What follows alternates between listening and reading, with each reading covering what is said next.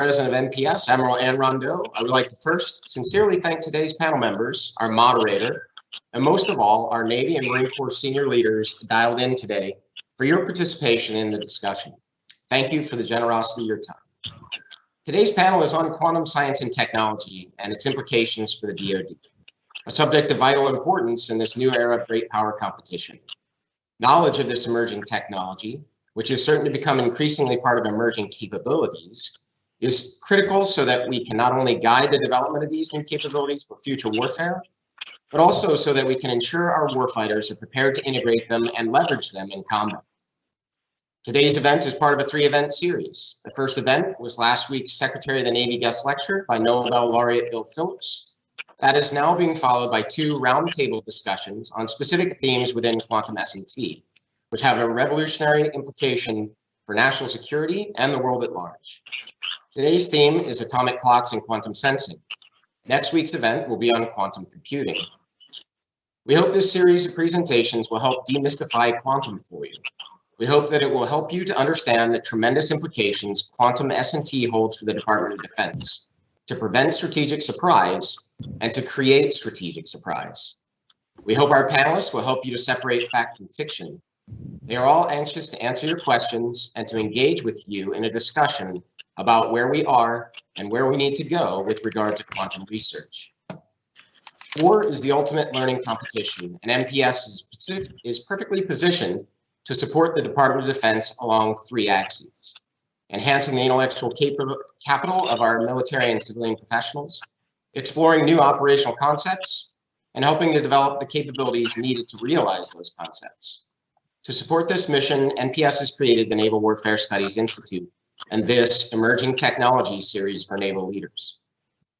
I will now ask Dr. Sheila Vaidya to introduce our topic, our moderators, and our panelists.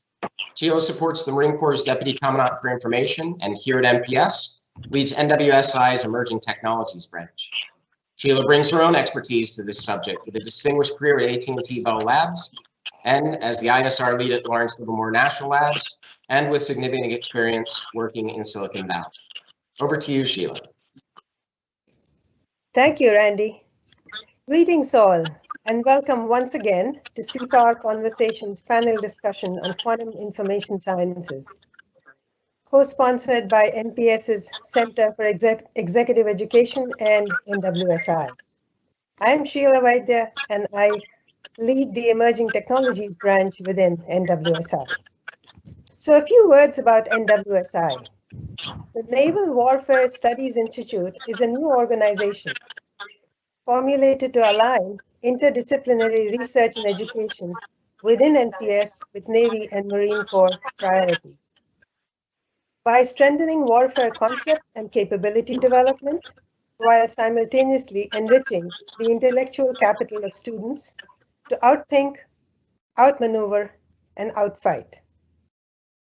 It's a gateway between naval forces, warfare centers, acquisition commands, and the naval education enterprise, industry and academia, and on this side, NPS senior leaders, faculty, and students for defining solutions to warfighting challenges, revamping defense business practices, and prototyping emerging technologies. To accomplish this charter, NWSI is built up of multiple building blocks: emerging technologies, critical thinking, warfighter domains and disciplines, wargaming, and concepts. The Emerging Technologies branch scouts out new and revolutionary technologies such as quantum, with critical warfighting implications, brings relevant experts to the table for group interactions, such as this panel, and facilitates follow-on relationship development. Quantum information science is particularly challenging in that there's a lot of hype connected with this theme, from what is real and operational to the esoteric. Potentially, QIS can unleash massive growth in the US economy, revolutionize S&T as we know it, and strengthen our national security. To grasp its alleged potential, NWSI has organized a group of 3 events, one last week, a lecture by Dr. Bill Phillips, and 2 panel discussions. The first one on atomic clocks and quantum sensors today, and a follow-on on quantum computing, as Randy mentioned, next week. Now, better clocks for synchronized timekeeping can greatly benefit communication and navigation, especially in a GPS-compromised environment. Quantum sensing advances can place sensors inside living cells, as well as embolden inertial nav. But can quantum technology indeed affect the way we sense and measure in the short term and in the long term? Here to share with us their thoughts is a panel of 3 world-renowned experts. And I'm going to go through our elite list here. Dr. Stephen Peile, with a PhD in physics from Harvard. Following a postdoc at NIST, he joined the US Naval Observatory in 2002 to work on building an ensemble of atomic fountain clocks for precise timing applications. He now leads the clock development division, focusing on developing optical clock technology for the USNO master clock. Dr. Robert Lutwak serves as a clockmaker in the Frequency and Time Systems division of Microchip. With a PhD in optical and atomic physics from MIT, he joined Microchip, where he led their atomic clock development for defense, aerospace, and commercial applications. He was also the PI on a DARPA program, which led to the 2011 release of atomic quality timing in portable battery-powered systems.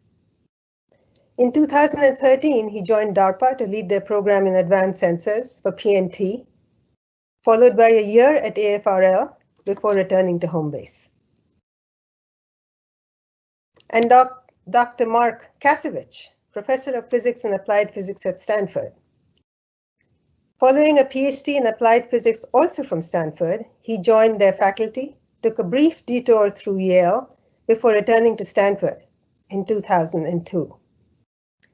His research interests include quantum sensors of rotation and acceleration, many-body quantum effects, quantum-enhanced imaging and measurement, and ultra-fast laser-induced phenomena. Mark founded AOSense in 2004 and serves as the company's chief scientist. The panel will be moderated by Dr. Paul Lopata and supported from the NPS side by Dr. Frank Narducci and Commander Mike Menechia from NPS as the military counterpart. Dr. Lopata is an internationally recognized luminary in QIS and cybersecurity. He is currently the Principal Director for Quantum Sciences in the Office of the Undersecretary of Defense for R&E, where he leads the Defense Department's effort in QS technology modernization. Previously, Dr. Lopata served as the Associate Director for Cyber in OUSD, where he steered the evolution of the federal cyber strategy and coordinated cyber research DoD-wide, as well as with international entities.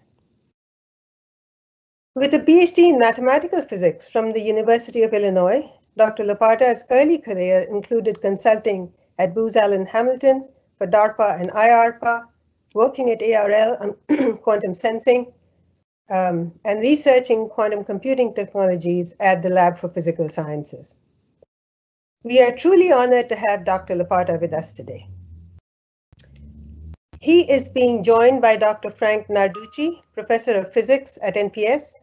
Frank is exploring atom interferometry as well as developing quantum light sources for sensing and communication.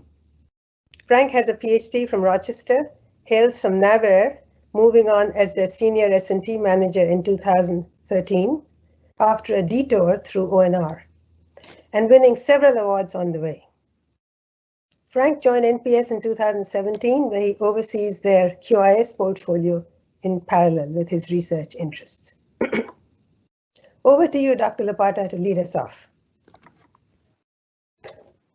Thank you, Dr. Vaidya.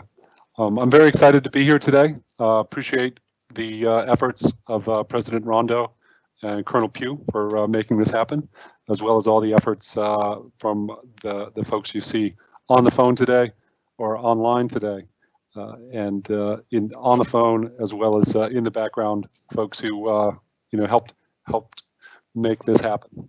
So appreciate everybody else who got a chance to call in. While I certainly welcome the opportunity to see folks in person, I am grateful for the fact that being online, there's probably a number of folks who can join in from around the world who may not have been able to participate if this was an in-person event. As you've recently heard, we have some great panelists today, and focused on the research from within the Navy and the development of things from within the Navy, from within industry, and academia. And I'm eager to get to some interesting discussions, because the folks we have online today have some really deep insights on both the technology and where the technology is having an impact today on the Navy, as well as where we anticipate it having an impact in the future. Just a few words about my role and what I do for the department. As was mentioned, I coordinate quantum information science R&D across all the services and DoD entities, departments, and agencies. And not only do we look at the roadmap for technology development, but also how that technology gets transferred into capabilities for the Navy and for the rest of the military.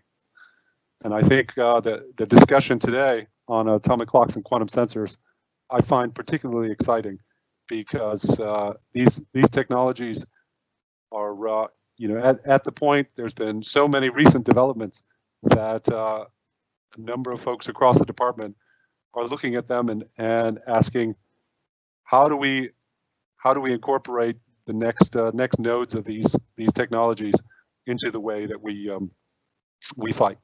And so not just how we upgrade our capabilities, but how we might be changing our warfighting concepts based on them. And so I'm excited to get to the discussions about atomic clocks and quantum sensors. And we're going to start off with about 5 or 10 minutes for each of our panelists to say a few words and describe their view of the field before we start getting a roundtable discussion. I have a number of questions set up, as well as we're taking questions from participants as well. And so I'll be looking to incorporate those into the discussion, and I think it's going to be great. So why don't I hand it first over to Dr. Peil, and then we'll go over to Dr. Kasevich, and then Dr. Lutwak. So Dr. Peil, would you start us off with 5 or 10 minutes of your work and how it fits into this, how the military uses atomic clocks and quantum sensors? Over. Sure. Thank you. And I'd like to thank Admiral Rondeau, Dr. Lopata, Dr. Vaidya, Professor Narducci, and others for the invitation to serve on this panel today. Yeah, following up with Dr. Lopata's comment, I'd like to take this time to discuss a bit about my work at USNO. So USNO relies on an interesting mix of operations and research to carry out its mission. I work in the Precise Time Department, which is responsible for providing time to users, particularly to the DoD. The department maintains the USNO master clock, derived from an ensemble of over 100 atomic clocks, each maintained in a highly controlled environment, and each measured every hour. USNO's master clock time is the authoritative time reference for the DoD, and it is disseminated to users at accuracies as high as 1 nanosecond, and routinely at accuracies of 10 nanoseconds via GPS. This precise time is critical for accurate positioning, secure communications, and other military as well as civilian applications. Almost all of the atomic clocks at USNO are commercial clocks, hydrogen masers or cesium beams. These were developed over decades and have reached a high degree of maturity, and they've been used for timing for many years. However, there's not been new widely adopted commercial clock technology at a higher level of performance than these systems provide. And that's where some of the research that goes on at USNO comes in. I currently lead the Clock Development Division, We are a team of physicists that works to develop atomic clocks that can ultimately be deployed to improve the capabilities of USNO's master clock. About 10 years ago, we transitioned a half dozen clocks that we built into master clock operations. 4 clocks went into the Washington, D.C. clock ensemble, and 2 were shipped out to our alternate master clock facility at Colorado Springs. These clocks are laser-cooled atomic fountains using rubidium. They were developed and built over a period of about 15 years. This was one of the first examples of using laser-cooled clocks for precise time, and it was the first use of continuously running cold atom clocks. Like other clocks, the rubidium fountains in Washington contribute to the generation of international atomic timescales, such as universal coordinated time. Each of the 4 fountains has been assigned the maximum weight possible by the BIPM for each reporting period. So together, these clocks have contributed about 4% of the weight of international atomic time for almost 10 years. More recently, we've been working to develop new technology that can further enhance the master clock. We currently have 2 different programs to build optical clocks. One effort is focused on building robust optical clocks, and another on developing a strontium optical lattice clock. We're investigating clocks based on the atomic beam, on an atomic beam of calcium, which in principle can be realized with 1 CW laser and 1 frequency comb. The hope here is to build operational clocks that run continuously without user intervention. We intend to build a lattice clock that is available for regular measurement campaigns, but due to the additional complexity, for example, 8 lasers are required for the system, we do not expect continuous operation. I want to emphasize that optical lattice clocks are state-of-the-art technology and take advantage of some really interesting physics. The atoms serving as the frequency reference are confined in an array of optical traps, providing long interaction times for better precision, and they're confined tightly enough that the interrogation laser does not give a momentum kick to the atoms. This confinement is possible because the optical trap is designed so that it doesn't perturb the atomic clock frequency. And the choice of isotopes to use in this system is based in part on things like quantum statistics. Whether atoms are fermions or bosons is going to impact whether there are atomic collisions that significantly perturb the clock frequency. Our optical clock research is still in its early stages, and frankly, there are significant obstacles to overcome, but we hope the efforts will culminate in operational systems that will position USNO to meet the timing needs of the community at large, and the DoD in particular, far into the future. Thank you.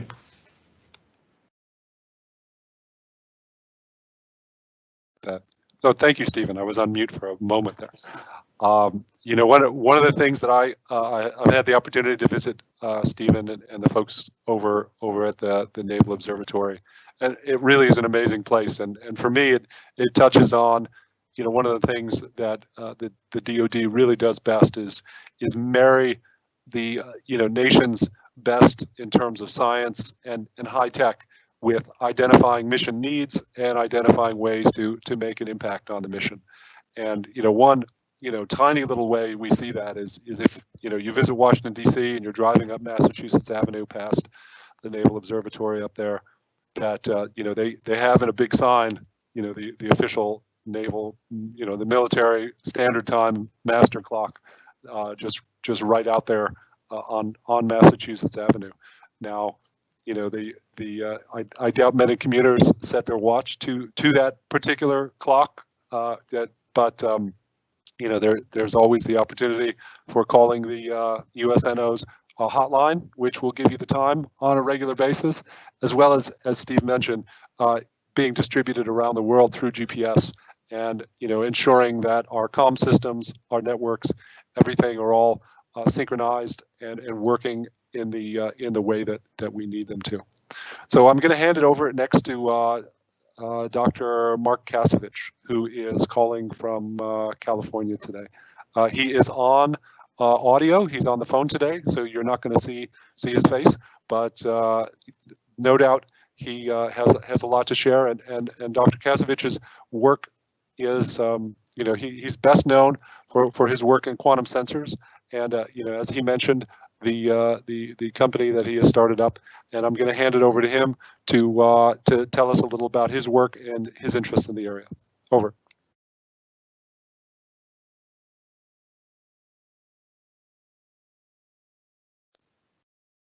Mark, you may be on mute.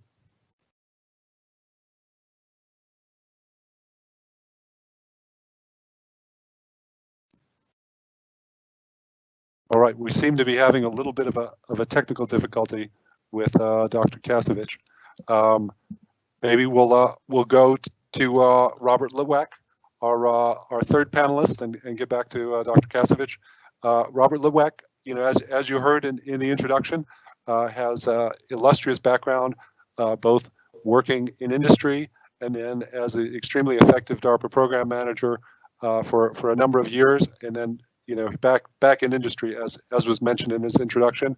Robert, would you please give us you know, an overview of your work working on both atomic clocks and quantum sensors? Sure. I'm going to use the word quantum engineering rather than quantum physics or quantum science, because I'd rather be an engineer than a scientist. I was on a and really my point here that I'll make over the next 5 minutes is that we are way out over our skis on quantum science. We are far ahead, our scientists are far ahead of our engineering capabilities. And that's really the gap that I try and fill and the message I try to share. I was on a panel last week, an APS careers panel, and one of my fellow panelists was an atomic physicist, and one of the students asked her, you know, what do you actually do every day? And her answer was, we just try and keep the lasers locked. And that's sort of the story of my life. I spent 10 years in grad school building one laser and eventually managed to keep it locked for 12 hours to get my thesis data and graduate. And then I went to company then Symmetricom to build atomic clocks. And my mission was to try and bring modern physics, modern atomic physics, laser-based physics into atomic clocks. And over 15 years, I led 17 different laser development programs, at least 15 of which were unsuccessful. Eventually, we got lasers working, we got them into clocks. We've now shipped well over 100,000 chip-scale atomic clocks, each of which has a laser in it that locks and stays locked for 10 years if necessary. But I'll point out that that's the lasers that are in there by atomic physics standards are pretty low performance. They can't do the laser cooling or the, you know, any of the cool stuff Dr. Peil was talking about. You know, it's just enough to do the basic atomic physics to make that chip scale clock work. And so we still have a long way to go there. But, you know, we've come a long way in the last 20 years, I'll say. But it's not just lasers that we need. There's also controlling atom vapor density, controlling where your atoms are, vacuum technology, seals, pumps, feed-throughs, optical switches, optical isolators, all these little pieces that you can buy off the shelf from you know, Thor Labs or your favorite distributor for your lab are not available in the kind of ruggedness that we need to make deployable technology. And so there's a whole lot of engineering to do, but it's coming. When I was at DARPA, I did, as you might expect, I did programs in inertial sensing with atoms and MEMS and atomic clocks and so on. But I also ran programs in reliable narrow line width semiconductor lasers, non-magnetic ion pumps, non-magnetic optical isolators, all these other little bits and pieces that we need to come together to make this stuff deployable. We really, you know, we have to move past, you know, where we are now is that most of the engineering for quantum engineering is being done as a hobby by quantum physicists. You know, most of the technology that's made it to the field, like me, was developed by guys like me who studied physics and then found we couldn't build the things we want, so we had to become amateur engineers. We have yet to make the move of having real engineers work on this stuff. And having spent 25 years now in industry, I have tremendous respect for real engineers who build things that work all the time, every time you power them on. And quite frankly, us physicists aren't that good at it. And for reference, you know, particularly for the Navy, you know, the transformation of nuclear science to nuclear engineering is when it really became possible to build deployable nuclear devices. I say that the physicists tend to suffer what I call SAD, scientific ADD. Every year they pick which their favorite atom is. I don't remember which one Steve was talking about. He talked about rubidium, he talked about maybe terbium, calcium, and it takes tens of years to build a reliable laser. And so, you can't keep changing what atom you're working on. You need to pick a technology, you need to do the engineering. And clocks are a real good example of this out over your skis idea. You look at what they're doing in the labs. NIST is publishing clocks that have flicker floor parts in 10 to the 18th, whereas what you can buy is part in 10 to the 14th. That's 4 orders of magnitude that the scientists have pulled ahead of the engineers over the past 30 years. With that said, there's some bright lights. In the last 2 years, at least 2 different universities have announced quantum engineering programs in their engineering colleges. I'll point to the Colorado School of Mines. I think they were first, and I'm sure Stephanie Tompkins had something to do with that. So it's coming. So the next thing I'll say, having pounded my fist on quantum engineering, is that clocks are a really good vehicle for quantum engineering. And the reason for this, there are 2 reasons. One is it's sort of the simplest thing you can do with an atom. Try to sense nothing. Try to measure 0. And then you have to worry about getting your coherence, getting your signal to noise, all of the things that matter when you try and actually sense something changing. Iron those out when you're just trying to measure 0 as well as possible. And the second thing about clocks is that there's a large commercial market for them. There's a large dual use market, which is to say, if DoD and the S&T community push the clocks far enough that they look like they're going to work, then the commercial markets will step up and pay for the engineering. That's very different than, say, if we were to go after, cold atom inertial sensors, where the primary application is the military, and therefore DoD bears the brunt not only of inventing it and demonstrating it, but then building up the manufacturing capability and the component technologies in order to make it practical and deployable. So, I like clocks. I mean, full disclosure, I've been working on clocks for 40 years, but that aside, I think clocks are a good pathfinder for quantum technology. Steve pointed out he only needs 1 laser for his calcium clock, well, 1 plus whatever he needs for his optical comb, so maybe 2 or 3. But compared to, say, the ytterbium lattice clock, where you need 7 different lasers at 7 different colors, all locked and running at the same time, possibly in your Humvee, that's quite a challenge. So clocks bear this spectrum of technologies and provide a useful vehicle for advancing the underlying component and engineering that needs to be done. I think that's all I said, except I want to mention magnetometers before I shut up, because the magnetometer community has as illustrious and successful a career, particularly with the Navy, as atomic clocks do. Unfortunately, we don't have any magnetometer guys on the call today, but let's give them a shout out, because they're following a similar path with similar vehicle and similar dual use applications at their disposal. Thank you. Thank you, Robert. That was really good. And other than the Colorado School of Mine, who's the other institution that has got the? Just recently, University of Chicago announced a master's degree program in quantum engineering. Oh wow! Yeah, that's a big deal. They resisted having any engineering for years and years, and so that's a new thing. So that's exciting. Now, and I appreciate you bringing up magnetometers, because that is certainly one of the types of quantum sensors that utilizes the benefits of quantum physics to get at a particular particular type of sensing that both the Navy and the commercial world uses. Maintaining the theme of sensing. Dr. Lutwak brought up inertial sensing, whether it's gyros or accelerometers, part of the bigger PNT issue within the military. I want to check to see if Dr. Kasevich is on the line again. Dr. Kasevich, are you there? Hi, I'm here. Oh, it's wonderful. All right, so I'll hand it over for you for an introduction of your work and your thoughts on this before we dive into the panel discussion. So over to you. Glad you're back. Thanks. It's a real pleasure to have the opportunity to participate today. And let me tell you briefly about the type of quantum work that I do at Stanford University and then out at AOSense.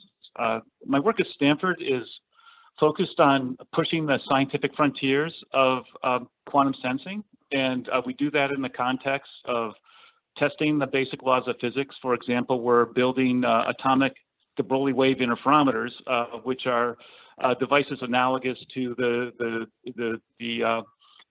guts of a ring laser gyro, but instead of having light do the work, we use a stream of atoms. We build sensors based on these atom streams to make ultra precise tests of physical law. And most recently, for example, we sought to observe whether rubidium-85 and rubidium-87 atoms fell at the same rate in an experiment that was analogous to the Leaning Tower of Pisa experiment, where you see if a brick and a feather fall at the same rate under the influence of gravity. The laws of gravitation say this should be true.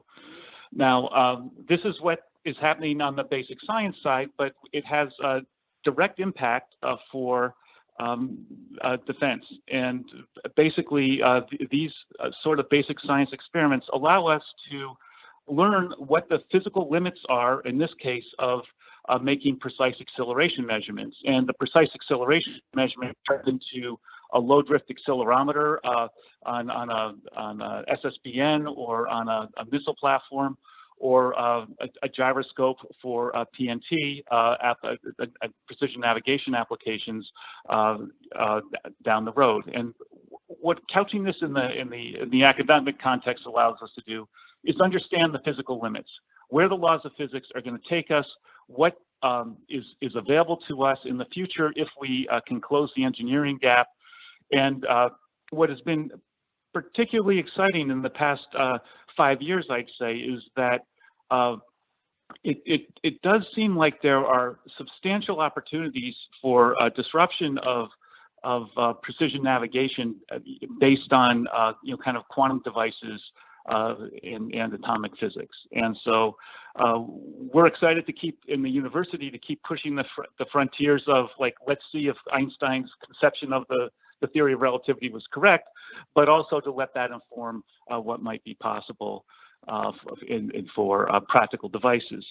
Another area my group's work is sort of, I would call it quantum engineering, but not the sort of engineering that was just discussed here.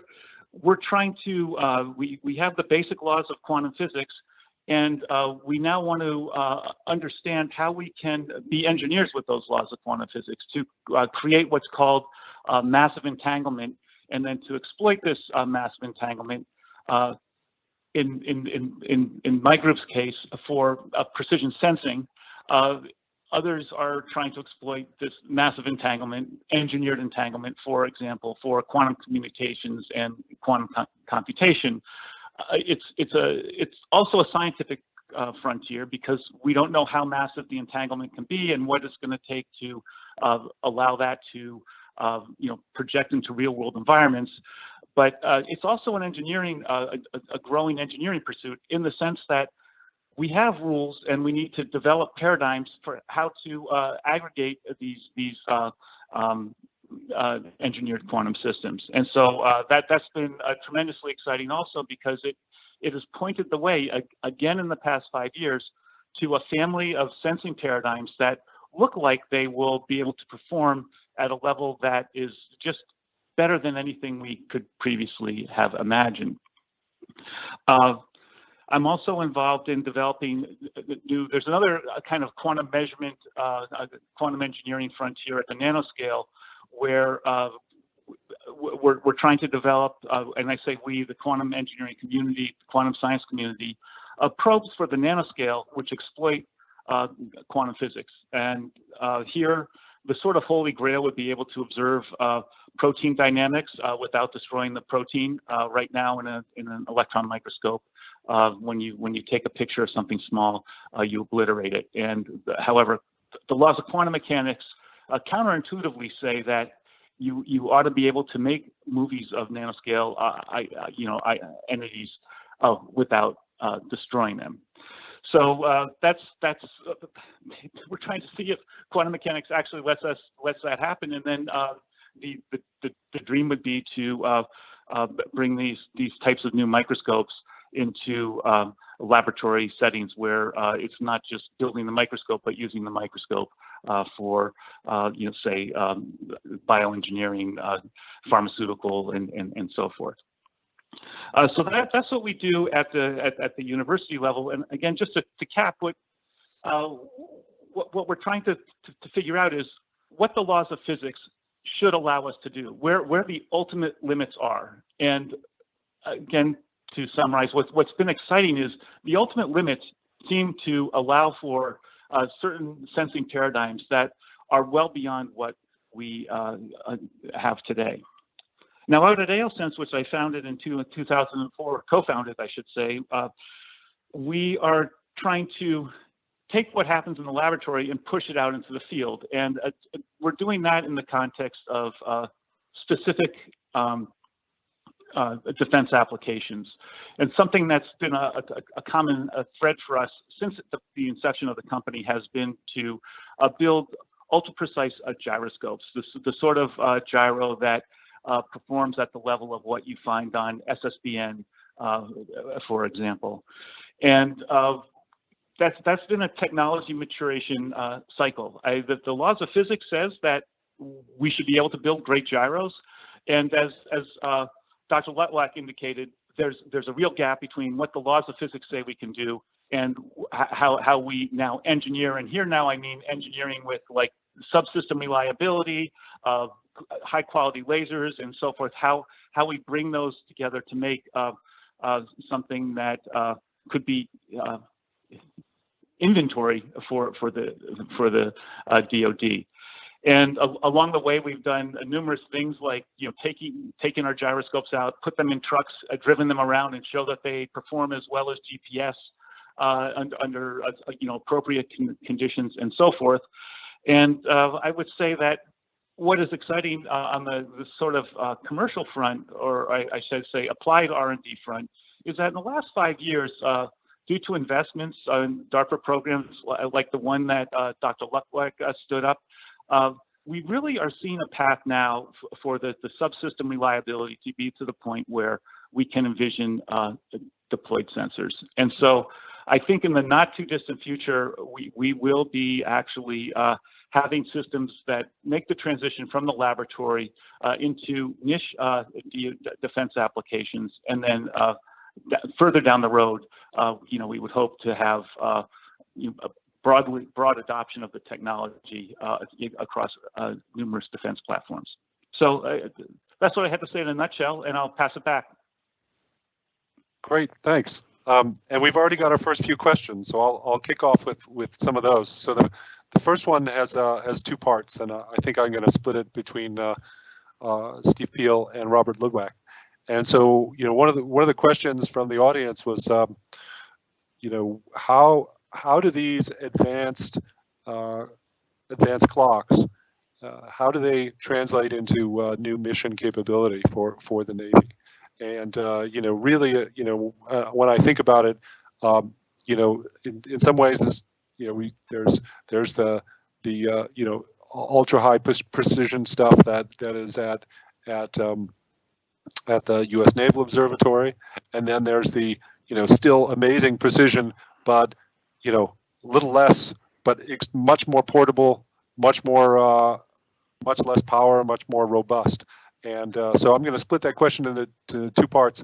One, how do the ultra high precision new clocks have an impact on the Navy, Dr. Peil, and then how do the portable ones have an impact on the Navy? And that's for Dr. Lutwak. And first to you, Dr. Peil.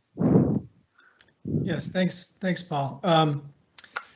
Yeah, so it's a good question. The main application of USNO time and precise time in general is or at least one of the most high profile applications is GPS. So precise positioning and the timing applications that GPS gives.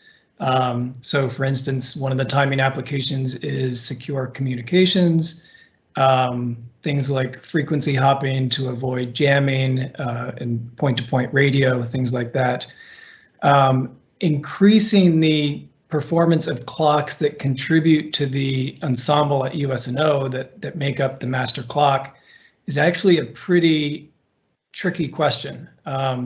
So we don't gain in performance of the master clock in proportion to what the frequency stability of some clock is. And the reason is it ties back to what's just been discussed largely by Dr. Lutwak. You know, the clocks that we build, the high precision clocks, can't just be turned on and left unattended and support precise time on their own. They're definitely more complicated than that, so they're not robust enough to just leave running. So the master clock is always based on, at some level, a commercial hydrogen maser, because that does have the engineering behind it and the maturity level behind it. And so when we build better clocks to contribute to the master clock, it's not a real direct translation of performance of the clock into performance of the master clock output, but rather it's how quickly can we characterize these hydrogen masers, which ultimately are sort of the foundation of the physical signal that's constantly being output. And so how well we can characterize their frequency changes, which is the problems that they run into. So it's a little bit of a more subtle improvement based on adding these high precision clocks at USNO. Thanks, Steve. Yeah, I mean, when I first learned about you know, the fact that the master clock at USNO, you know, essentially allows GPS to work in the first place, and you know how much we all appreciate the way we've you know, changed the way we fight based upon the ready ability of GPS is you know, when you think about that chain of you know, chain of impact, it, you know, really points towards the major importance of the work that's happening at USNO. So you know, same question, Robert, but focused on the more portable clocks. You know, how do these advances in you know, more portable, better quality, you know, more robust timekeeping solutions have an impact on the Navy, and frankly on commercial customers as well that you brought up? Over to you, Robert. Sure. Thanks, Paul. So your ability to know what time it is at any location really has two factors. It has how good is your local clock, and how good is your link to whoever you're getting that time from. So for example, you might be getting time from GPS, and if you have continuous open access to GPS, you can get 10 nanoseconds with a 1 second of averaging. So you only need a local oscillator, a local clock that can hold 10 nanoseconds for a second. When you get into degraded environments, when you're synchronizing, say, over the internet or over an RF signal or a microwave signal, or GPS is somehow being denied, then you have lower bandwidth and you need to average for longer in order to get the same precision.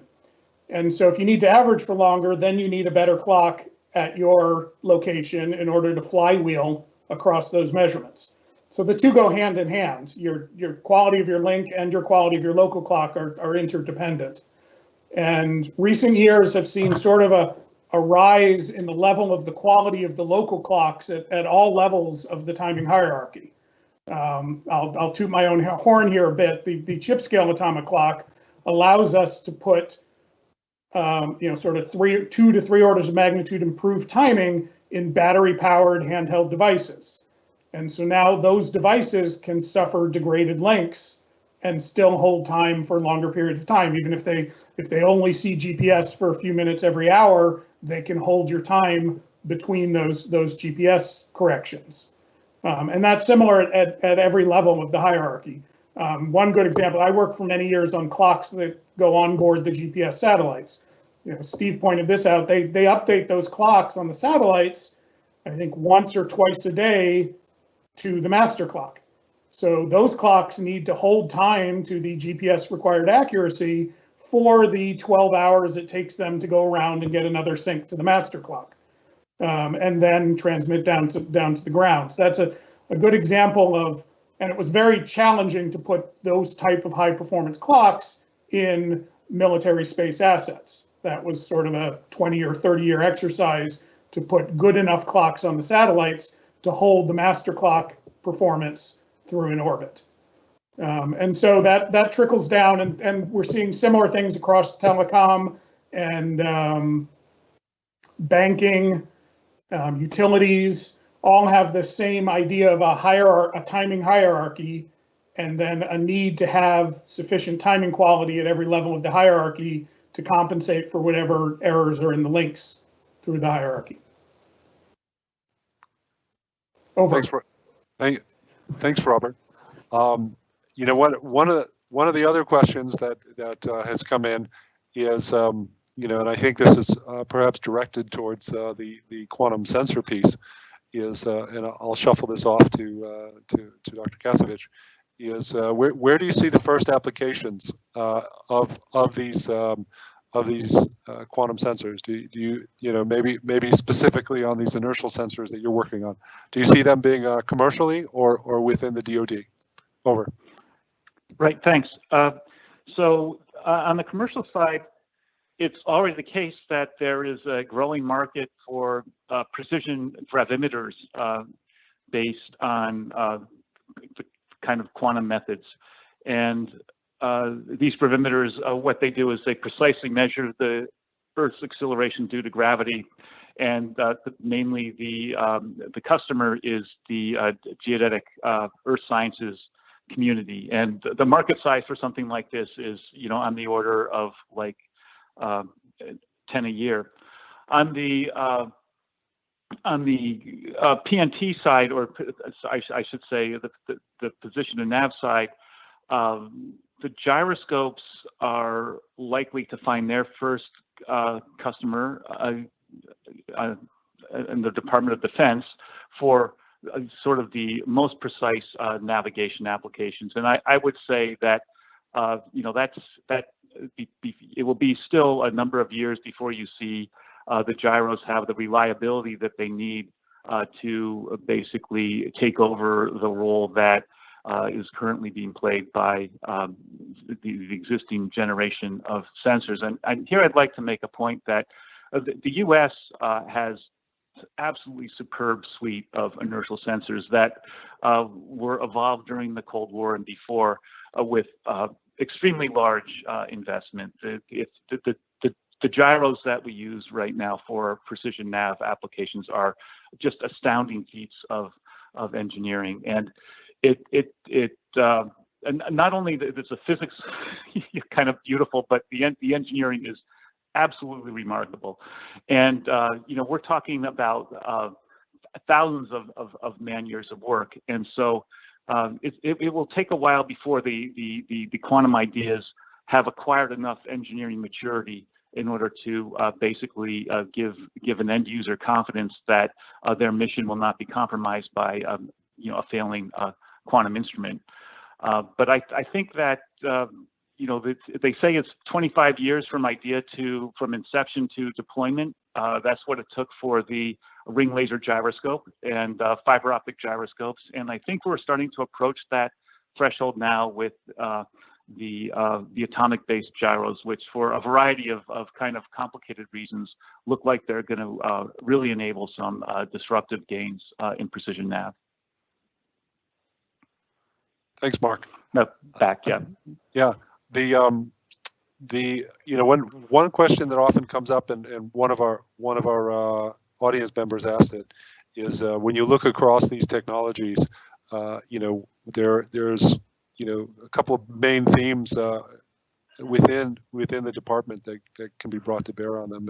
Is you know, one of them is great power competition, which was highlighted in the National Defense Strategy, and then there's also the question of where are our key allies?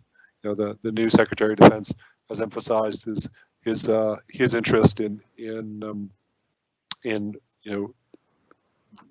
building ties with our key historic allies, and so maybe I will ask maybe Robert, when it comes to the strength of the U.S. industry, of the U.S. science in both atomic clocks and quantum sensors, is this something where the U.S. has a leg up here? Is this something where there's parity around the world? Where would you characterize this, Robert? Over. I think the U.S. has enjoyed an advantage in precision timing for many decades. Our atomic clock technology and our inertial sensing technology was the envy of the world. In recent years, I would say that the EU has risen strongly in atomic timekeeping, largely through investments out of Galileo, and has taken advantage of learning from engineering done in the US over the previous decades to not make the same mistakes we've made over the years.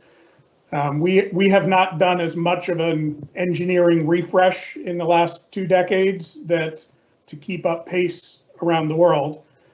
I think that China is very much an emerging competitor, in particular because they are very focused on the underlying engineering, on bringing up the component technologies prior to building the clock. So I think that China is an emerging competitor. The EU, I'd say, is a valuable ally, though I think we have some catching up to do. Over. Great, appreciate that, Robert. Steve, Mark, is there any additional thoughts on that for that question? Yeah, maybe this is Mark. Maybe I'll jump in. I would say that having tried as I can from the kind of unclassed position to track what's going on in the academic literature and also commercially across the EU into out to the east and into China, it's really hard to form a firm opinion on the maturity and the readiness for these foreign countries to produce the truly disruptive system. And the reason I say that is it's always possible to say something splashy, and the Chinese have been very effective at this. In sensing, they have deployed gyroscopes based on atom interferometry and accelerometers/gravimeters, and written about it in the open literature. There's also been some nice demonstrations out of France, and there's a growing set of demonstrations coming out of the UK. But I would say none of those has the hallmark of, and I can't see again on the academic side, the superb engineering that I have seen on the U.S. defense sensors. Another thing I have come to appreciate is you have the general operating principles, the rules of the roads as given by the laws of physics, and then you have the engineering genius that will actually make the deployed system. And if you go and look at the history of navigation, and I sometimes want to do this, it's just a fascinating story to look at how the first gyroscopes developed in the early 20th century. And there's an engineering genius step that has happened in I think many of these sensor technologies that take something from what you thought could work to something that really is working. And I just see that in the U.S. enough a diversity of investment and strategic thinking that I'm not saying that we've had that engineering genius step yet, but I've seen glimmers of that, where we have a good chance of crossing that threshold to something that is really going to work. But I guess it's a bit of a mealy-mouthed reply. I'm less moved by some of these splashy things that hit the cover of various journals and from foreign investments, because I haven't seen that spark that says, oh, this is something that's really going to work. But I do see that coming along in the U.S. nicely, particularly with some of the recent investments. So I'm very optimistic about the U.S. maintaining a leadership role. Of course, it does require sustained and appropriate levels of investment. It doesn't have to be ridiculous, Cold War levels, but you need to keep a community going and have them focused on making these engineering leaps. That's all I have to say. All right, thank Mark. Yeah, there was a follow-up question about one of the earlier comments that was made.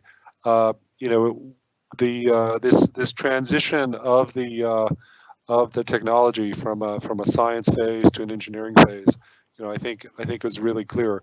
If we look at the next step beyond that, when it comes to implementing the technology, either through military programs, through modern warfighting, or frankly implementing commercially, are there impediments to getting this implemented? For example, does it require a more educated workforce? Does it require rewriting doctrine? Are there things that are getting in the way towards getting this done, or is it something that with enough technical leadership, with enough motivation and investment, that it's likely going to get done? Maybe I'll throw this one over to Steve, and maybe you can hand it back if you don't have any thoughts there. Over. I don't have much to say on this, Dr. Lopata, thanks. I don't see that there's any fundamental obstacles. I do think with the right leadership that it's manageable, but it's not something I've got a lot of input on. Okay, thanks. Maybe Robert, do you have any thoughts on the challenges of getting the technology out into the commercial space, out into DoD? Over. Well, I've already given you my pitch for quantum engineering education, which I think is essential. The other piece is building up this underlying component technology because it democratizes the science. If you visit Steve's lab or Mark's lab, you very quickly realize that this opportunity to do this kind of research isn't available to everyone. It takes millions of dollars to build up a lab and tens of years that has these capabilities. But once, again, if we start putting lasers in commercial clocks that can do atomic physics, then everybody can buy one of these lasers for $10 and do quantum physics in their basement. So I think that, bringing up the underlying engineering so that more scientists can get engaged, and small companies and so on, people with minimal investment can get engaged in advancing the leading edge of the technology, rather than having to focus on keeping their lasers locked all the time. I think that's an important piece of it as well. Over. Great, thanks, Robert. And I'm being extra mindful of my various mute buttons here, so I think I'm doing okay. But you maybe see me grabbing this wire to my left just to ensure that it's working okay. When one of the you brought up, Robert, the this question of implementation, or you answered the question rather, and I'll make a pitch for for a brief plug for our next panel as well, because the next panel focuses on quantum computing and networking, which is a different set of technology, also of interest to physicists, also of interest to the Navy and the rest of the military. But I think that's a different question, as to what's needed for implementing those technologies.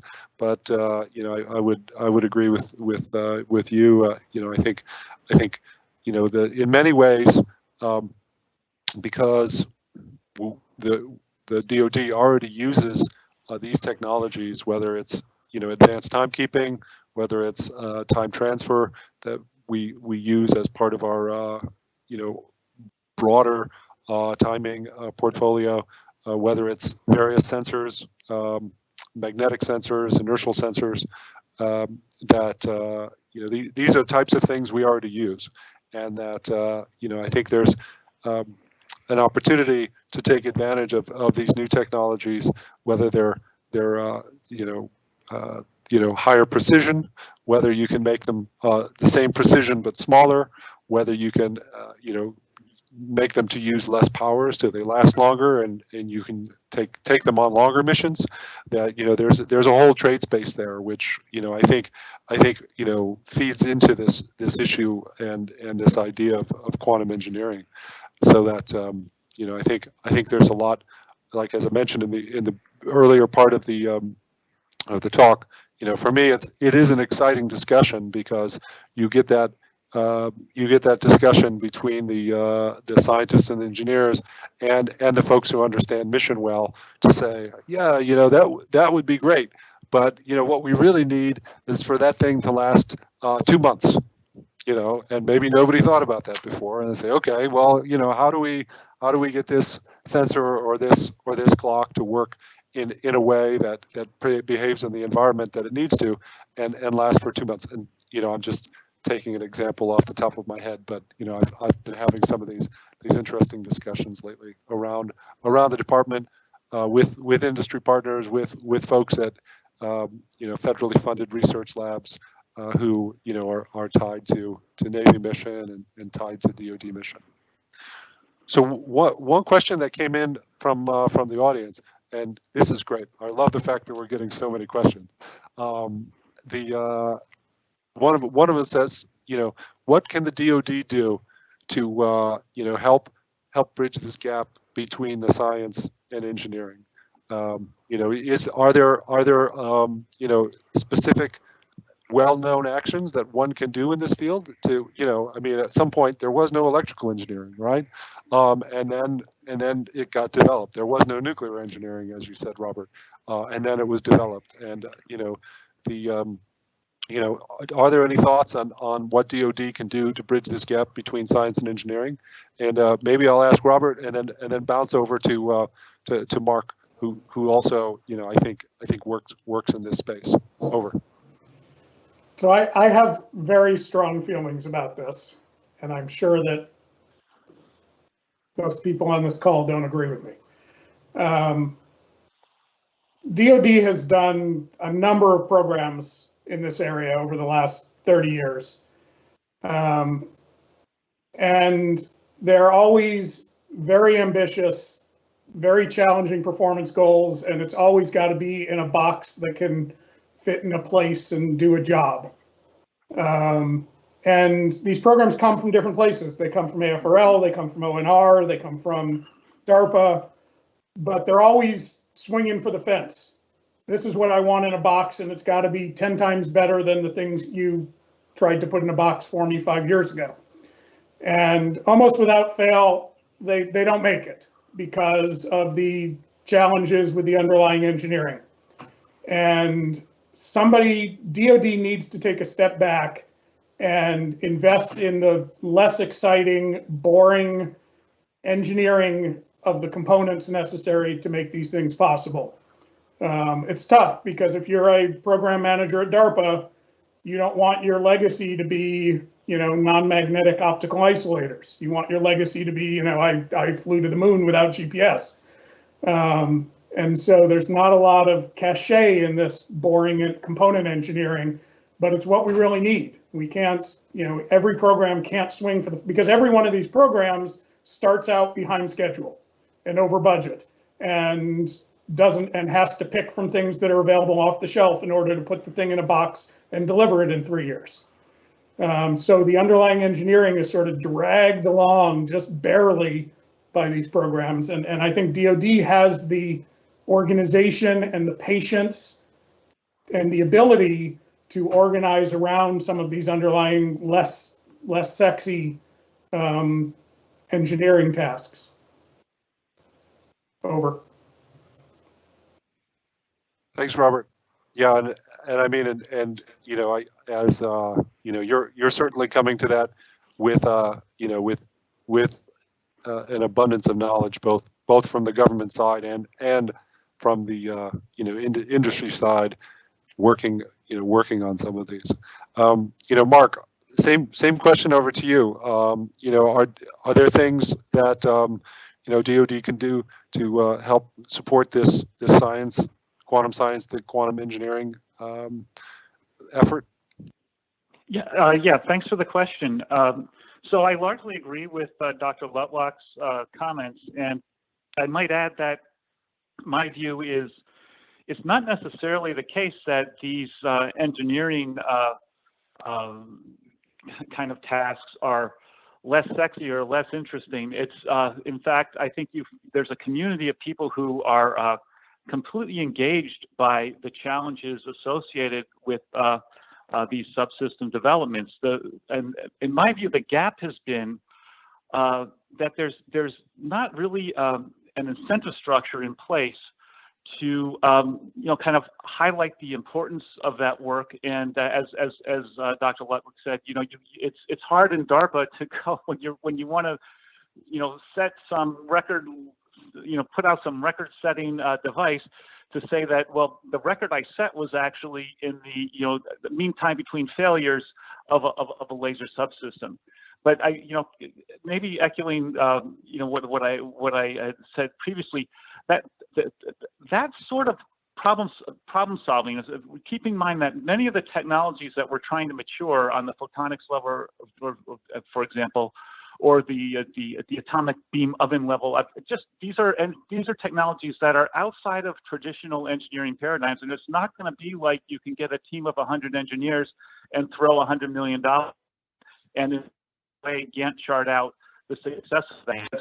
That's not the engineering challenge we're facing for many of the subsystems. You really need creative thinkers that are incentivized to spend their time thinking about you know, how to make, you know, the ultra compact, ultra low power, ultra reliable laser system. And I think that from what I've seen in recent years, as more resources have flowed into kind of quantum technology area in general, that this is happening. And I think that you know, kind of properly exploiting SBIR and STTR program is one way of going. I don't know how it works doing that in university, because in university the incentive structure is, you know, I've got to publish in a top tier journal, and you know, otherwise I'm not going to get tenure.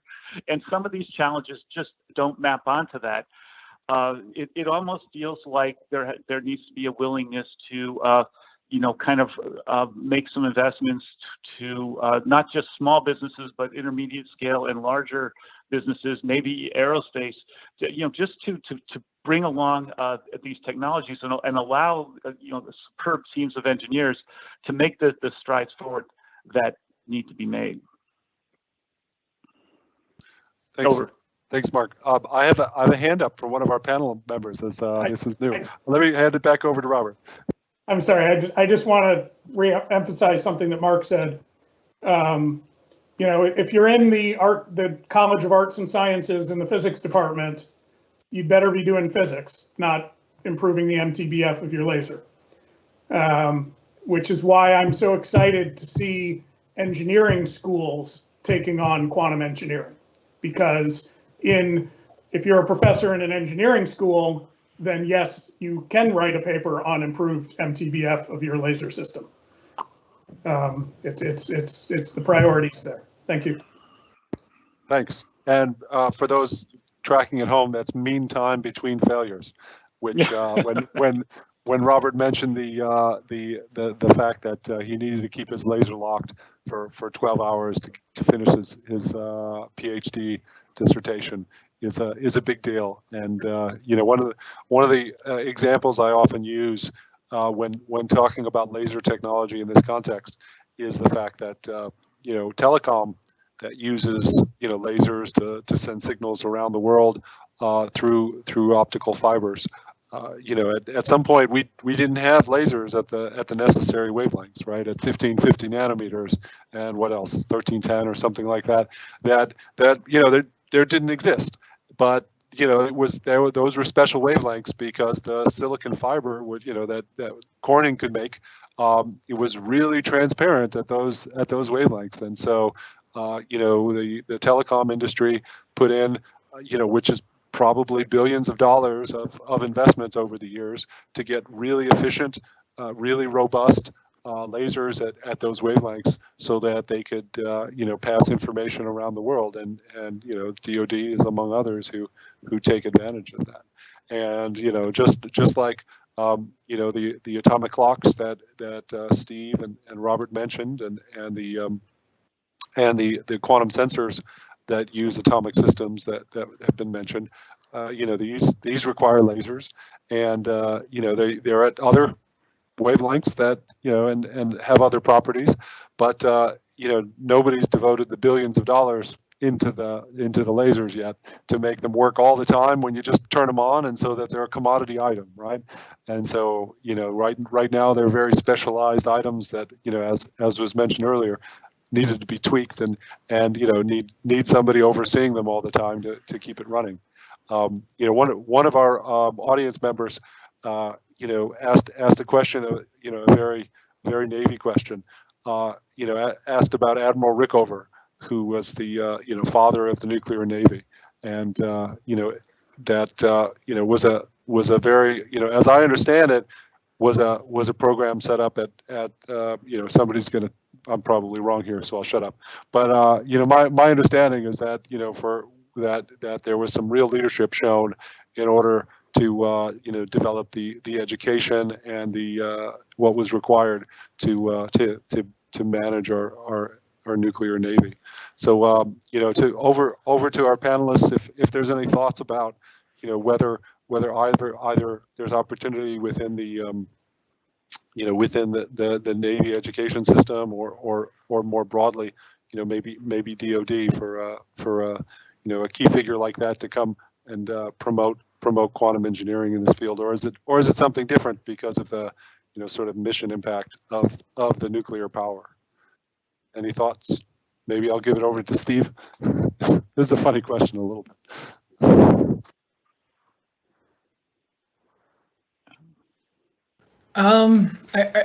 Yeah, I'm sorry, Paul. I don't have much thoughts on that. I'm sorry. No, that's okay. Go ahead, Mark. This is Mark. Yeah, I love the question, and it's one of the things I feel that has happened in the past decade is in the U.S. S&T community is kind of a reluctance to take risk, or to take risk only when you sort of take controlled risk, so that you're going to be guaranteed success. And when you look back at what Rickover did, it's breathtaking, and it's the idea that you could put a reactor on a submarine is mind-boggling, and then to take the risk to assemble the resources, not only to have the idea that this could happen, but then to have the programmatic vision to have the resources that come together to realize that vision. Remarkable. And so now I wonder if we could put today a reactor on a submarine, if we were willing to take that risk, if we we had to if we had to make the Gantt chart line up first to show that we would get there, or if we were just going to go and try it out. And here's one thing I see happening in China that is a little bit inspiring. I see them taking risks. I see them launching satellites and putting clocks on the satellites. Now those clocks, the laser-cooled clock that they flew a few years ago, didn't perform that well. And I think Dr. Lutwak could say, well, oh, there's all sorts of mistakes they made and things like that. But what was inspiring about that was the willingness to just say, what the heck, let's put the thing on the satellite.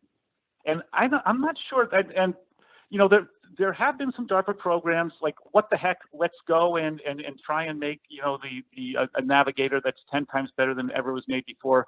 But it's got to be a little bit more than a DARPA program. You've got to get behind the vision in a way that you're willing to fund the, you know, the entire community that needs to make something like that happen at the appropriate level. Is that fair for us today or not? Maybe I don't know. But the Rickover story is breathtaking. Thanks for bringing that up. Yeah, the credit goes to one of our audience members. So a hand to the that participant. You know, another question that came was, you know, maybe I'll hand this over to Steve. Is you know, the question has to do with the advances in telecom. Why can't we just use those advances, the commodity lasers that telecom uses in you know, in the atomic clocks that you guys have at the Naval Observatory? So we try to. You know, the atomic transitions that we need to interact with are fixed, and so you're stuck trying to meet those wavelengths or those frequencies, and oftentimes the atom that people try to make a clock with is the one that has the best frequencies for finding lasers that are convenient and robust and work well. Still, it's almost impossible to find an atom that just happens to have the only transitions you need to use at the telecom band. So what people spend a lot of energy doing is trying to figure out ways to start it with a telecom laser and then frequency convert it using nonlinear optics to end up, now you've opened up a lot of visible wavelengths as well. But still, that's still pretty constraining. And so typically one needs to, at some point, bring in visible diode lasers, and the infrastructure and the maturity of those systems is just nowhere near what the telecom industry is. But you're really stuck with, there's too many atomic transitions out there, and they just don't happen to be integral multiples or, you know, divisors of the telecom band. Over. Yeah, thanks, Steve. Yeah, and I mean it you know, in some ways it's the blessing and the curse of quantum technologies, you know, especially atomic technologies. You know, we have the periodic table that tells us, you know, all the atoms that nature gives us, and you know, if you're gonna use one of those atoms, you know, some of them are going to be you know, convenient and some of them aren't, and you know, you just as you say, you know, we take what we're given, and you know, we take advantage of the properties that we can, and you know, make do with the ones that we have to deal with. So another question that came, and you know, maybe I'll pass this one over Robert. You know, there's a question about large industry investors in quantum sensing, and then maybe back over. Maybe I'll first to Robert and then Mark. You know, I brought up Corning earlier, right? As a glass company that makes a lot of fiber. You know, are there other major industry players who are investing in atomic clocks or quantum sensing? You know, not to say that Microchip isn't a major industry, certainly not typically a you know, sort of a home recognized name, but you know, could you give any thoughts on the major companies investing in quantum sensing? I know all the clock companies. There are several in the U.S. and there are several small companies in the U.S. in magnetometry, and emerging in inertial sensing. However, there's not, you know, and I can speak from my perspective in industry, that there's far more risk aversion in industry to undertake a a 10-year multi-million-dollar project that may or may not have single-digit millions at the end of it. Industry tends to be relatively short-sighted and risk-averse. And I feel that that's really DoD's role here, is to take risk in exchange for military advantage. In industry, it's all about risk versus money, and the equation doesn't work out for quantum technologies that are 10 years away. I mean, you're on mute, so I'll keep talking. You know, I said earlier that DoD has the patience. You know, DoD has the patience for a 10-year program that's going to stumble along the way in a way that industry doesn't. Industry has quarterly milestones, and the average life of a CEO is 3 years. So you have to work within those time horizons. DoD has the patience to make the long-term investments. Great, thanks, Robert. Mark, do you have any thoughts on major, major large companies investing in quantum sensing? Yeah, thanks for the question. I would just echo what Dr. Lutwak just said. It's the sensing does not conform to, for example, Silicon Valley venture investment, and you know, it's got too long of a time scale. It has too uncertain a payback, and it's the investor here, I think, has to be the U.S. government for the kind of precision sensing applications that we've been, just the PNT applications we've been describing. There may be some emerging sensing applications in, for example, the microscopy realm, where I think the pharmaceuticals and other players might be interested in funding, and those conform to more of venture capital standards. But building precision gyros, I don't think it's ever been something outside of the U.S. government. I'm talking about SSBN quality. Sure.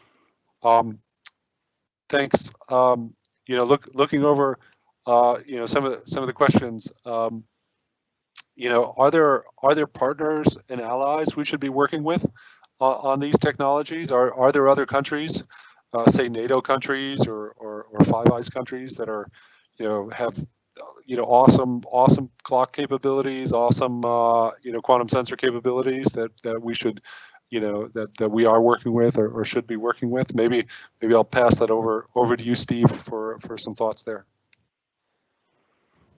Sure. Yeah, in terms of high-end,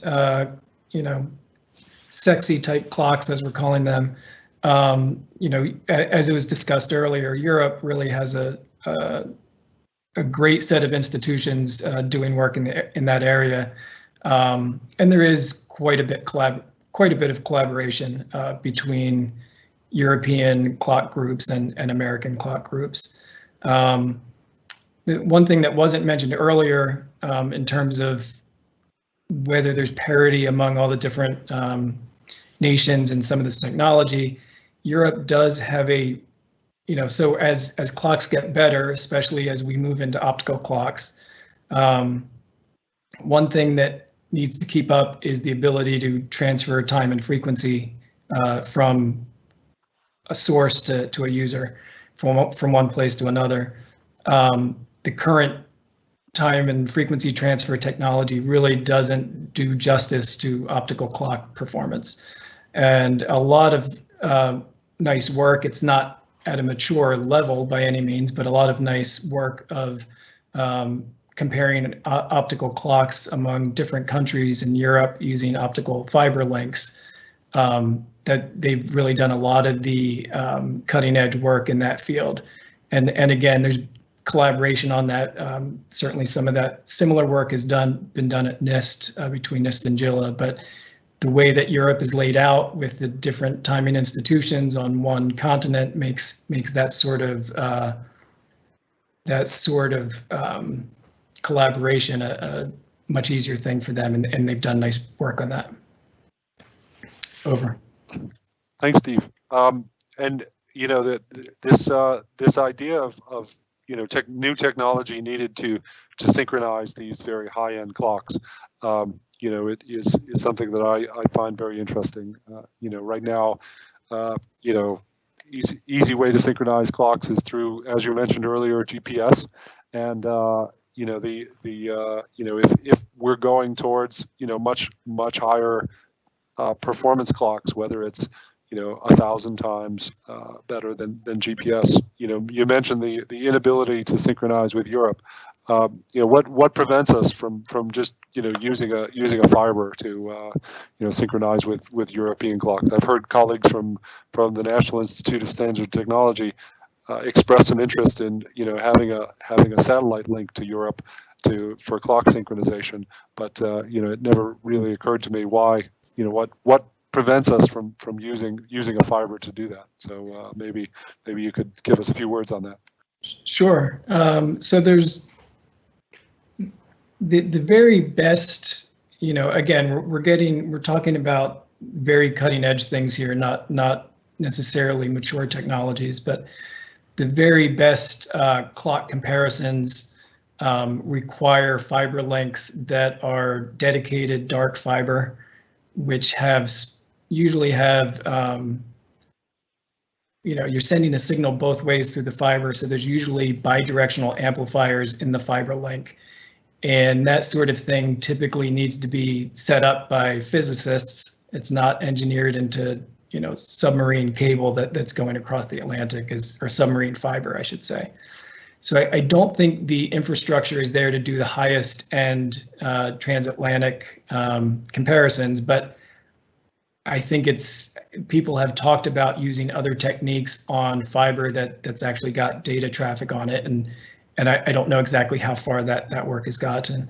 In general, people seem to be concluding that fiber is great for regional time and frequency transfer for optical clocks, and that people are really relying on either satellite techniques to do intercontinental.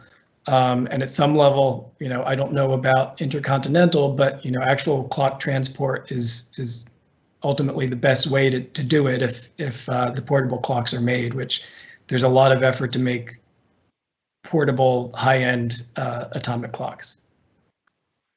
Wow, that's wild to think about. Just literally put the clock on a ship and sail it to Europe and just to compare the two. So. We missed your last comment. It was you were on mute, Steve, but oh, we saw your smile. So one of the things that actually came to my mind as well, and it came to one of our participants as well, when Dr. Lutwak mentioned the 3-year average time span for CAO or CEOs, that the participant pointed out that that's a comparable time for military command rotations. And one the question that leads is are there if as we think bigger picture, when we look at funding decision structures or expectations, right? Do you think this plays in on the government side, or and sort of prevents us from doing the incremental work leading towards the payoff 10 years on the road? Do you think that falls in the same need for new expectations? Any thoughts on that, Robert? Well, having spent considerable time of my life in both on the DoD side and industrial side, I can tell you that the DoD doesn't have nearly the ego and personality inflation challenges that commercial companies do. The DoD is much better at handing off between commands with continuity and respect and progress than the typical CEO who comes in and burns the place down and starts over. So I see that as less of a challenge in DoD than it is in the commercial world. Yeah, it's you know, to say nothing of hostile takeovers or buyouts or things like this, right?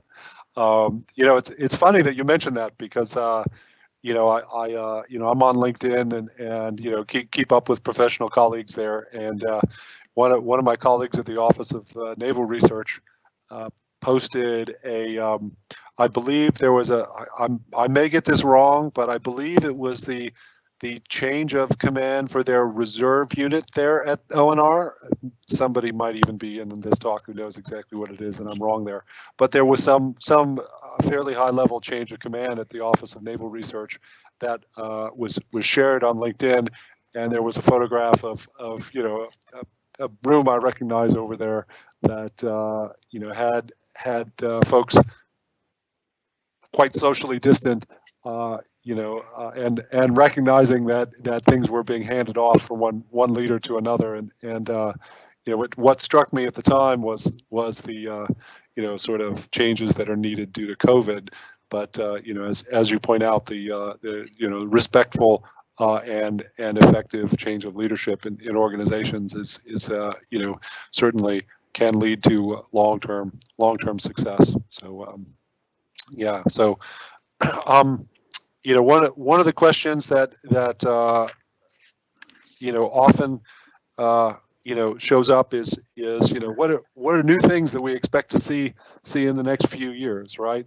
Next couple of years, next 5 years, you know, that are gonna maybe make headlines, maybe be a new demo or a new technology thing.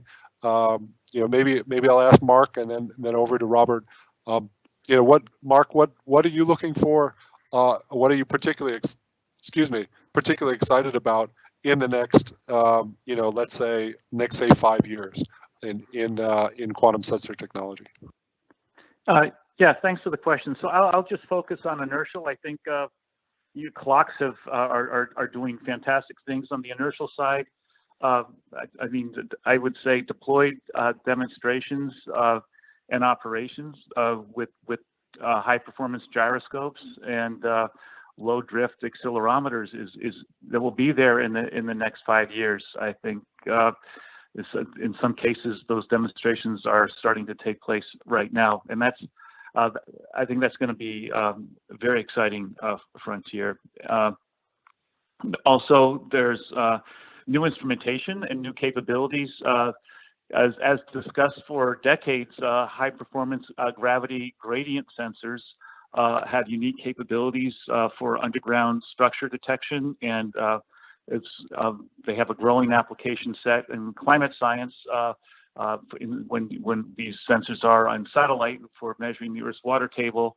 And I think in the next 5, maybe 10 years, we're going to start to see these gravity gradiometers actually deployed and you know, being used in certain niche applications. Great, thanks, Mark. Over to you, Robert. What are you excited about? You know, advancements in the next 5 years. I think that the most exciting thing coming in quantum sensing is going to be intrinsic magnetic gradiometers. The magnetic sensors, the atomic magnetometers, are already at a level where their precision is lower than the noise, the background magnetic noise of the Earth.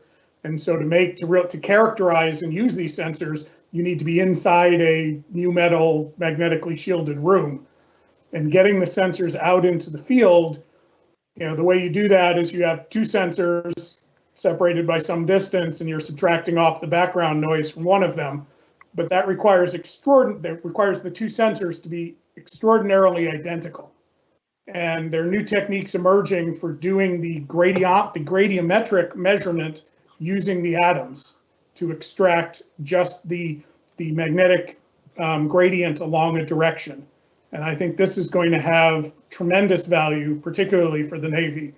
And I think we'll begin seeing both military and commercial intrinsic atomic magnetic gradiometers over the next 5 years. It's not a clock, but I'm excited about it anyway. That's great. Yeah, and to, you know, as you say, to have one sensor that, you know, tells you that gradient, that difference between two signals, rather than having, you know, to bring two sensors with you and do the subtraction is, you know, is a big deal. You know, Steve, maybe I'll hand it over to you on the clock space. You know, is there something in the next 5 years that you're particularly looking forward to? Yeah, thanks. Yeah, I think, you know, if we look at where commercial technology is sort of the 5071, the cesium beam. And there are two straightforward, you know, ways to improve upon that. One is to change the atom source, try to make the atoms cold, and the other is to move from microwaves to optical. And I know there are efforts underway to do both of those. I don't know whether they will, you know, whether the laser technology and other subsystems will enable that to, you know, bring those clocks online in 5 years, but I think we'll at least see significant progress along those lines. Great, thank you. You know, and we've got about 10 minutes to go, but, you know, I wanted to, before we're wrapping up, we have a few more questions to go, but I wanted to give a shout out to Dr. Frank Narducci, who has been passing me these questions from audience members, and you know, I certainly appreciate it, and you know, it's been really effective, and thanks to all the participants in the audience who have been sending us questions. This has been great. You know, one of the things that Frank spoke up about in his notes is the comments about not just about the engineering challenges, but the need to look on the longer term and keep an eye on the, you know, the non-sexy problems, the hard, you know, underlying problems that really you know, that really spoke to him as well. You know, when another questions, you know, that you know, comes up, and we talked about it a little, you know, and you know, they oftentimes when we're looking at new technologies, we look at ways that we can take advantage of them, and then, you know, we also say, you know, oh, can others take advantage of them, you know, against us, you know, and so you know, one question that came through the portal was, you know, are there ways that we, for example, protect our time information, that our time sharing? You know, do we prevent others from getting access to our high quality time? You know, maybe you could talk about that, Steve. You know, in some way. Sure. We certainly don't offer our time to everyone other than through GPS. That's one way that it's easy to get. But things like reporting clocks to the BIPM is a process in which we are sending clock information well after the fact. You know, the data is old at that point. That's actually not useful information for people to exploit. Things like two-way satellite time transfer, that is a point-to-point you know, time transfer method. It's not something that can easily be you know, snooped on and picked up. USNO is involved in making sure that there are certain time distribution to customers that is completely secure and validated, authenticated. So we don't really, you know, other than through GPS, we don't really make the time available to everyone. It's usually an end user that we interact directly with. Great. And you know, and maybe everybody else knows this, and it may be an ignorant question, but you know, I remember in my younger days, folks talking about, you know, the fact that there were military bands of GPS and then civilian bands of GPS, and that, you know, in the event of war, that we may be, you know, making the civilian bands much worse. There was also a big, there may have been a discussion before, GPS was, ubiquitous and, used for every product under the sun.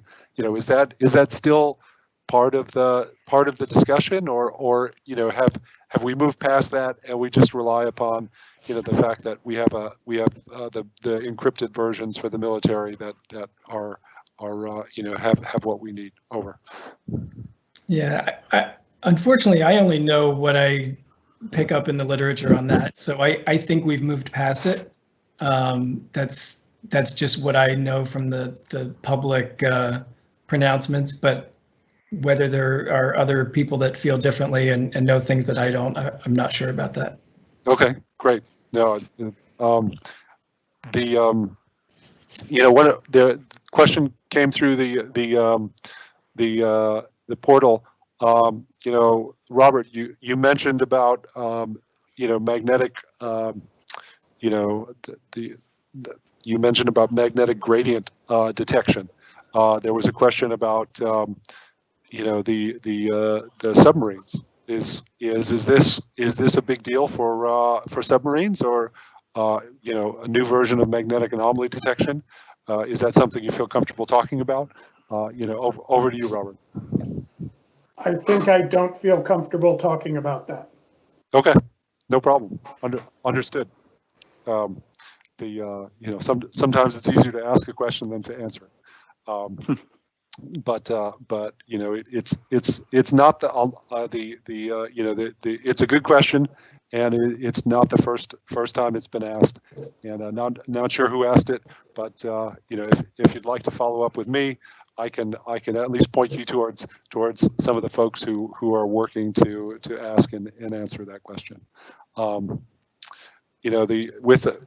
With just a few minutes left, maybe I'll give the panelists a minute or two just to if they have any closing thoughts, wrapping things up, and maybe go in reverse order this time. So we finished with Mark Kasevich last time. Do you have any thoughts based upon our discussion today, or things, takeaway messages for the community? Over. Yes. Thanks. Again, thank you for the opportunity to participate. I do have one concluding remark, and that is on the PNT technologies. I just want to iterate that from my position, my seat, I think the stakes are high with maturing this technology. The laws of quantum physics tell us what's possible. What's possible is disruptive. And an adversary who gets there first is going to have a distinct advantage. And if we get there first, we'll have a distinct advantage. And what does it allow to happen? It allows GPS-denied CONAPs. And I think that's just something that we shouldn't lose sight of, that if our adversaries gain that capability and we don't have that capability, that's going to be a problem, and vice versa. So I'll conclude with that remark. Thanks a lot. Thanks, Mark. Appreciate it. Robert, any final thoughts or takeaway messages? If I have 2 minutes, I would be remiss if I didn't talk about optical frequency synthesis. Everything we're talking about, all the atomic clocks, the microwave atomic clocks, were born out of the MIT Rad Lab, where they developed microwave frequency synthesis during World War II to support radar, and then the atomic clocks all came around in the 10 years after that. All this, and when you want microwaves, you just buy a $1 chip and program it to give you whatever microwaves you want, whenever you want them, at whatever frequency you want. And we're not there with light. All this talk about lasers, you go into one of these labs, you got tables full of lasers, and maybe somewhere there's a little chip in the corner that's cranking out microwaves, but it just works. You don't have to worry about that. We now have optical frequency synthesis in the last 20 years. It's big. It started out filling a lab. Now it fits in a suitcase. The DARPA DODOS program was trying to build optical frequency synthesis on a chip and showed some limited success. And I think that this is a place where DoD could step up and push optical frequency synthesis on a chip to make light as easy as microwaves. and that will fuel all of this S&T going forward. Thank you. Thanks, Robert. Yeah, I mean, it really is an amazing parallel between the RF physics, microwave physics, and the what we're looking at with light now in the optical domain and in the quantum domain. Steve, any final thoughts or takeaway messages from your point of view? Sure, I will. I was inspired by Robert's comment, so I'll also mention a technology that hasn't come up. There's a couple of systems out there that are not atomic clocks, but are really great low phase noise oscillators. There are cryogenic sapphire oscillators, which I know are being used by Australia for over-the-horizon radar. And those are systems that are maturing pretty quickly. And the local oscillator for optical clocks is a laser locked to a high finesse optical cavity. And those systems, when divided down with a frequency comb, can generate some of the lowest phase noise microwaves, particularly around 10 gigahertz, that one can generate. And that has a lot of implications for radar. And that technology is also certainly not completely mature, but it's advancing. So I'll leave with those thoughts. Thanks, Steve. And I think a lot of the speaker comments at the end, really do point towards this amazing interplay in the DoD between the cutting edge science, where we're looking to go with the engineering, and what applications there are to for military advantage in the future. So I'm going to hand this back over to Sheila. I want to take a last chance to thank our panelists. I thought this was a real fun discussion today, and it was a real pleasure, and I learned a bunch, and I want to thank everyone in the audience for asking questions. That was great. So back over to you, Sheila. Thank you, Paul. So this ends our session today on atomic clocks and quantum sensing.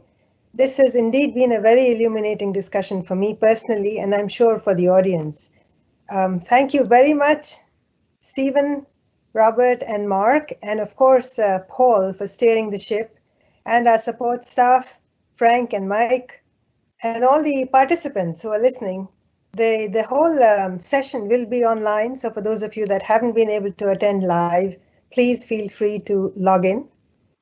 The next session, next piece of quantum that we picked on is on quantum computing, and that's going to be next Tuesday, March 2nd, same time, same place. And of course, Paul will be leading the ship. So thank you once again, and hope to be working with you in the future, because there's a lot to think about. There's how do we get our workforce educated in quantum engineering? How do we get our technology moving forward without losing momentum, and a lot more in the pieces that you all have outlined. Thank you very much again. Over.